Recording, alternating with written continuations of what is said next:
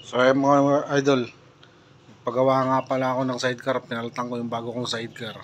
Ay yung luma kong sidecar pala. Ay, nagpagawa ako ng sidecar, bali yung pumatak siya ng 50k, lahat-lahat na gastos. Ayan siya oh. Magandang klase naman yung pagkakatira.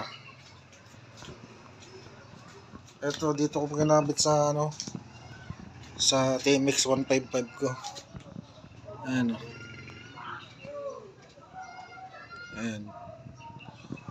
Ito, gulong nga pala na to, i-modify ko to, lalagyan ko siya ng ng disc. May mga gamit na ako dito, ayan oh. Kakabit na lang. Kompleto na gamit nito eh. Papakabit ko na lang. Ayan. Ayan, ayan bubong niya. Maganda yung pagkagawa ng bubong. May mga design pa. Ayan. Ayan yung harapan, bubong. Ayan. Ayan pinakaloob niya. Yung sahig niya, stainless na to. Pati yung mga ayan. 4-seater to, 4-seater. Ayan. Ito bumili ko ng mags dito pang side wheel.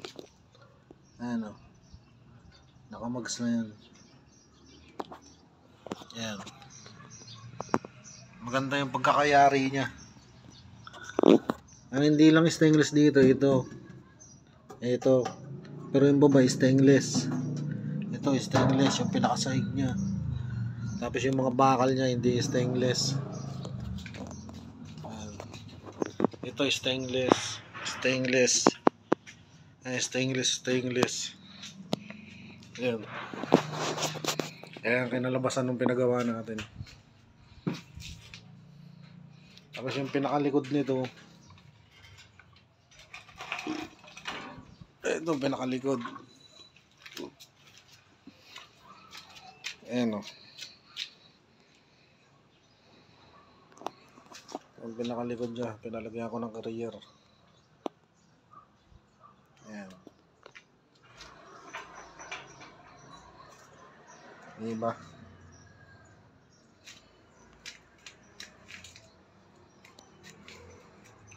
Okay lang kahit medyo mahal.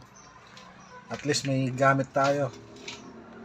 Kasi yung dati kong sidecar, medyo marami ng bulok. Ngayon binenta ko. Pinandagdag ko sa pinanggawa nito. Ayan. Quality naman yung pagkakagawa. Ayan o. Pinakaloob niya maganda.